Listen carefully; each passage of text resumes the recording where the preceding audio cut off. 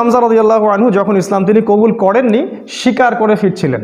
হামজা রাদিয়াল্লাহু আনহু সিংহ শিকার করতে পারতেন, সিংহ শিকার, চারটাখানি কথা মনে করছে।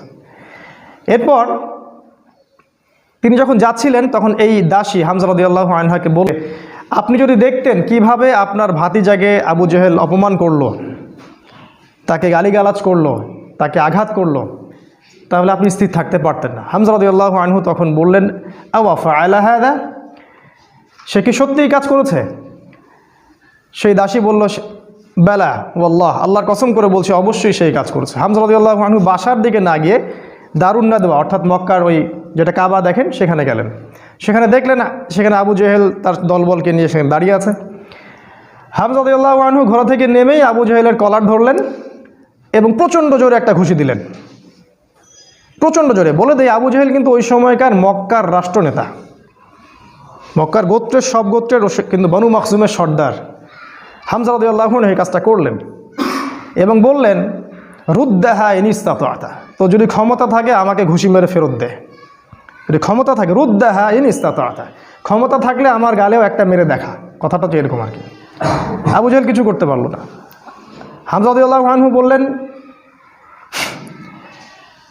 ইন্নী উশহিদু আল্লা ইলাহা ইল্লাল্লাহ ওয়া আকুলু মা ইয়াকুল, আমি সাক্ষ্য দিচ্ছি আল্লাহ ছাড়া কোনো মাবুদ নাই, আমার ভাতিজা যা বলে আমিও তাই বলি। রুদ্দাহা ইন ইসতাতা'তা, যদি তোমার ক্ষমতা থাকে তাহলে আমাকে আঘাত করে দেখাও, আজকে থেকে আমি তার দলে, সে যা বলে আমিও তাই বলি।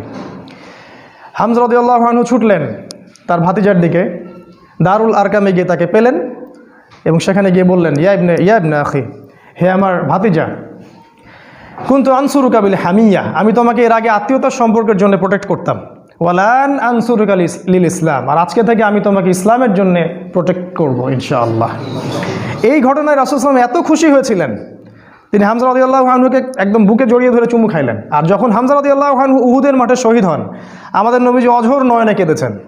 তার শাহাদাতের দৃশ্য যদি দেখতেন, আমরা যদি দেখতে পারতাম, তাকে বর্ষা নিক্ষেপ করে হত্যা করা হয়েছে, বর্ষাটা তার কলিজা ভেদ করে পিছন দিয়ে বের হয়ে গেছে, চোরাগুপ্তা হামলা চালিয়ে, কারণ সামনে থেকে তাকে মারার ক্ষমতা ছিল না। আজকেও ইসলামকে সামন থেকে শেষ করা এত সহজ না, এই জন্য পিছন থেকে সবসময় চক্রান্ত করতে থাকে এরা, কিভাবে কোথায় কি লাগায় দেওয়া যাবে, কিভাবে কি করা যাবে।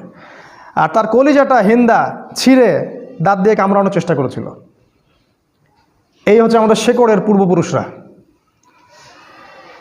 তাই এই ঘটনাটা উমর রাদিয়াল্লাহু আনহু দেখেছিলেন ওই দিন, এই ঘটনাটা উমর রাদিয়াল্লাহু আনহু দেখলেন এবং বাসায় গিয়ে তিনি চিন্তা করতে থাকলেন যে সব ফাসাদের মূল মনে হয় মুহাম্মদ, এই ব্যক্তিটার কারণেই আরবের মধ্যে বিভক্তি সৃষ্টি হচ্ছে, ফিতনা ফাসাদ সৃষ্টি হচ্ছে। তাহলে আমার করণীয় কি? আমিও তো একটা গোত্রের নেতা, তিনি আদি গোত্রের নেতা ছিলেন, তো তিনি খোলা তরবারি হাতে চললেন, এবার তিনি নবীজিকে হত্যা করবেন। ওই যে ঘটনাটা জানেন আপনারা, প্রতিমধ্যে একজনের সাথে দেখা হলো, সে বলল যে নবীজিকে হত্যা করার আগে তুমি তোমার বোন আর ভগ্নিপতির বাসায় যাও, তারা তো ইসলাম কবুল করেছে। তিনি আসলেন, এসে দরজা যখন নক করলেন, দরজার আড়াল থেকে শুনতে পারলেন ভিতরে তিলাওয়াত হচ্ছে কিছু একটার, সূরা তাহা তিলাওয়াত হচ্ছিল, তাহা মা আনজালনা আলাইকাল কুরআন লিতাশকা ইল্লা তাযকিরাতাল লিমান ইয়াখশা তানজিলাম মিম্মান খালাকাল আরদা ওয়াস সামাওয়াতিল উলা আর রহমান আলাল আরশি ইসতাওয়া। তিনি দরজা খুলে ঢুকলেন এবং জিজ্ঞাসা করলেন, মা কুনতুম তাকরাউন, তোমরা কি পড়ছিলে? বোন অস্বীকার করলো যে আমি কিছু না, তাহাদ্দাসনা বাইনানা, আমরা পরস্পরে কথা বলছিলাম। তখন তিনি বললেন যে ফালা তাকরিবা কুনতু সামিআতু ইন্নাকুমা সাবাতুমা, তিনি বললেন যে আমি শুনেছি তোমরা দুইজনে সাবা হয়ে গেছো, মানে বেদিন হয়ে গেছো, মিথ্যা বলবে না আমার কাছে। তখন তার ভগ্নিপতি বললেন, ইয়া ওমর হাল রাইতা হাক্কান ফি গায়রি দীনি, এই কথাটা বললেন, হে ওমর তুমি কি ইসলাম ছাড়া অন্য কোনো দিনের মধ্যে হক খুঁজে পেয়েছো? তখন তিনি বুঝতে পারলেন সত্যি সত্যি ইসলাম কবুল করেছে। তিনি মারধর শুরু করলেন, এক পর্যায়ে বোনকে থাপ্পড় মারলেন, রক্তাক্ত হয়ে গেলেন এবং তার বোন তখন তার নাকের উপরেই বললেন যে শাহিদতু আল্লা ইলাহা ইল্লাল্লাহ ওয়া আন্না মুহাম্মাদান আবদুহু ওয়া রাসূলুহু ইফআল মা শি'তা, তোমার যা ইচ্ছা তুমি তাই করো, আমি সাক্ষ্য দিচ্ছি আমরা যে আল্লাহ ছাড়া কোনো ইলাহ নাই এবং মুহাম্মদ আল্লাহর রাসূল সাল্লাল্লাহু আলাইহি ওয়াসাল্লাম। ওমর রাদিয়াল্লাহু আনহু ঠান্ডা হলেন এবং যেহেতু বোনকে মারছেন, একটা ভালোবাসা তো কাজ করে, মাথা যখন ঠান্ডা হলো তিনি জিজ্ঞাসা করলেন যে তোমরা কি পড়ছিলে? তিনি বললেন, নাচিন ইয়া উখতি, আমাকে ওই কাগজটা দাও হে আমার বোন, আমি একটু পড়ে দেখি। প্রথমে তিনি দিতে চান নাই, পরে তার ভগ্নিপতি বললেন, তার স্বামী তাকে বললেন যে, ইশারা করলেন তাকে দেও। কারণ তারা জানতেন উমর রাদিয়াল্লাহু আনহু একজন স্বচ্ছ মনের মানুষ ছিলেন, মানে হয় হকের পক্ষে নাহলে বাতিলের পক্ষে, মন একদম ফ্রেশ, ভিতরে কোনো প্যাচ নাই।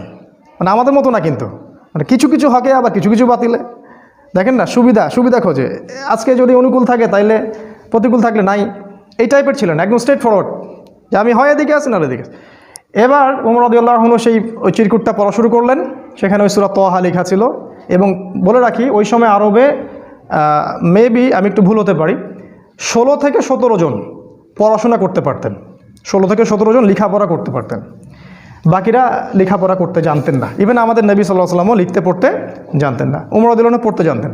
তিনি পড়লেন এবং পড়ে বুঝতে পারলেন। যখন তিনি সূরার তেলাওয়াত করতে করতে করতে করতে এই আয়াতে আসলেন, সূরা তাহার দেখবেন প্রায় এই যে 10 থেকে 20-এর মধ্যে আয়াতগুলো আছে, যে তাদেরকে অবকাশ দাও সেই দিন পর্যন্ত, জালেমদেরকে অবকাশ দাও সেই দিন পর্যন্ত যখন আল্লাহ পাক তাদের প্রত্যেককে ধরে ধরে হিসাব নেবেন।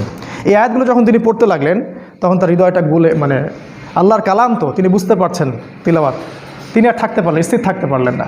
তিনি একটা কথা বলেন, আমিন হাদা ফাররাত কুরাইশ, কুরাইশরা কি এটা থেকেই পালাচ্ছে? তার ইশারা করলেন যে কুরাইশরা এখান থেকেই পালাচ্ছে। তিনি চোখ দিয়ে দরদর করে পানি পড়তে লাগলেন এবং তিনি বললেন, খুজুনি ইলা রাসূলিল্লাহি ওয়া আসহাবিহি, আমাকে আল্লাহ রসুল এবং তার সাহাবীদের কাছে নিয়ে চলো, আযহাবু ইলাইহি ওয়া আসলিমু, আমি তার কাছে যাব এবং ইসলাম কবুল করব।